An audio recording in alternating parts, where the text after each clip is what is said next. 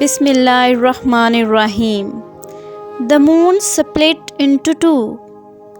شق قمر یعنی چاند کے دو ٹکڑے ہونے کا واقعہ۔ اس واقعے کے اتنے سال بعد آج انگریز سائنسدان کھربوں ڈالر خرچ کر اس بات پہ متفق ہو چکے ہیں کہ واقعی ہی چاند دو ٹکڑے ہوا اور دوبارہ سے اس کے وہ دونوں ٹکڑے آپس میں جڑ گئے۔ آج کی اس ویڈیو میں ہم سورۃ القمر، شق قمر کے تعارف، مضامین اور علمی اور عملی نکات پر روشنی ڈالیں گے۔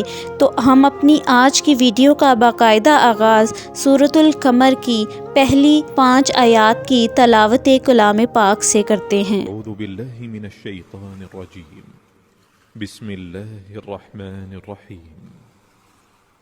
قیامت قریب آ گئی اور چاند دو ٹکڑے ہو گیا، اور اگر وہ کافر کوئی نشانی دیکھتے ہیں تو منہ موڑ لیتے ہیں اور کہتے ہیں یہ تو ہمیشہ سے چلا آتا ہوا جادو ہے، اور انہوں نے حق کو جھٹلایا اور اپنی خواہشات کی پیروی کی، اور ہر کام کا وقت مقرر ہے، اور یقیناً ان کے پاس ایسی خبریں آ چکی ہیں جن میں عبرت ہے، کامل حکمت کی بات ہے، مگر ڈرانا ان کو کچھ فائدہ نہیں دیتا۔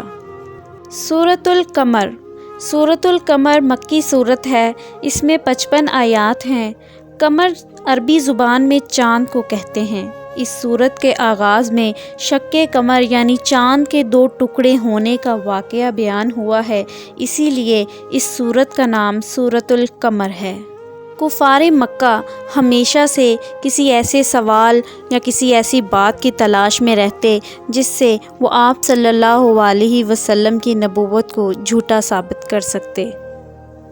تو ہجرت مدینہ سے پہلے ایک روز اسی نیت سے کفار مکہ آپ کے پاس جمع ہوتے ہیں اور کہتے ہیں کہ اگر آپ چاند کے 2 ٹکڑے کر دیں گے تو ہم آپ کو نبی تسلیم کر لیں گے۔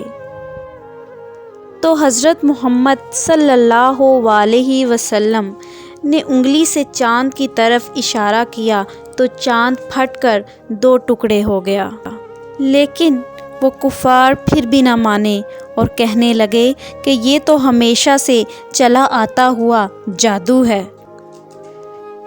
یہ واقعہ اللہ تعالیٰ کی طرف سے عطا کردہ آپ صلی اللہ علیہ وسلم کا ایک معجزہ تھا۔ یہ واقعہ ہجرت مدینہ سے 5 سال پہلے مکہ مکرمہ میں منی کے مقام پر پیش آیا۔ اس واقعے کو قیامت کی نشانیوں میں سے ایک نشانی قرار دیا گیا۔ سورۃ القمر کا مرکزی موضوع حضرت محمد صلی اللہ علیہ وسلم کی صداقت اور انکار کرنے والوں کے انجام کا بیان ہے۔ سورۃ القمر میں چاند کے 2 ٹکڑے ہونے کا واقعہ ذکر کیا گیا ہے۔ پھر 5 نافرمان قوموں یعنی حضرت نوح علیہ السلام کی قوم، عاد، سمود، حضرت لوط علیہ السلام کی قوم اور آل فرعون کا ذکر عبرت کے طور پر کیا گیا ہے۔ اس طرح کے برے انجام سے بچنے کے لیے اس صورت میں نصیحت حاصل کرنے کی دعوت 4 بار دی گئی ہے، اور فرمایا گیا ہے کہ ہم نے قرآن مجید کو نصیحت حاصل کرنے کے لیے بہت آسان بنا دیا ہے۔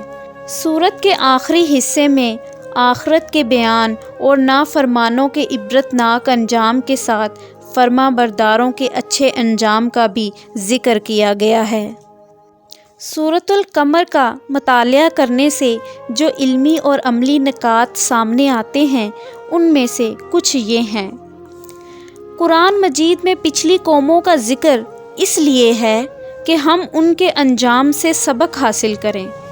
نافرمان قومیں اللہ تعالیٰ کی واضح نشانیوں سے فائدہ نہیں اٹھاتی اور عذاب سے دوچار ہوتی ہیں۔ اللہ تعالیٰ نے قرآن مجید کو نصیحت حاصل کرنے کے لیے آسان بنا دیا ہے۔ ہمیں قرآن مجید سے نصیحت حاصل کرنی چاہیے۔ ہمارا ہر چھوٹا اور بڑا عمل ہمارے نامہ اعمال میں لکھا جا رہا ہے۔ پرہیزگاری اختیار کرنے والوں کے لیے اللہ تعالیٰ کے ہاں عزت والا مقام ہے۔ اتنے سال گزر جانے کے بعد آج سائنسدان اربوں خربوں ڈالر خرچ کرنے کے بعد اس واقعے کو سچ ثابت کر چکے ہیں اور سچ تسلیم کرنے پر مجبور ہو چکے ہیں کہ واقعی ہی چاند کی سطح پر نشان ہے ابھی تک کہ چاند 2 ٹکڑے ہوا اور دوبارہ اس کے وہ 2 ٹکڑے آپس میں جڑ گئے، اور کئی نان مسلم سائنٹسٹ نے اسی واقعے کی بنیاد پر اسلام بھی قبول کر لیا۔ آج کی اپنی اس ویڈیو کا اختتام میں اس دعا کے ساتھ کرتی ہوں کہ اللہ تعالیٰ مجھے اور آپ سب کو قرآن پڑھنے اور اس پر عمل کرنے اور اس کو سمجھنے کی توفیق عطا فرمائے، آمین۔ اگر آپ کو ویڈیو پسند آئی ہے تو اس کو لائک اور شیئر کرنا مت بھولیے گا۔ جزاک اللہ۔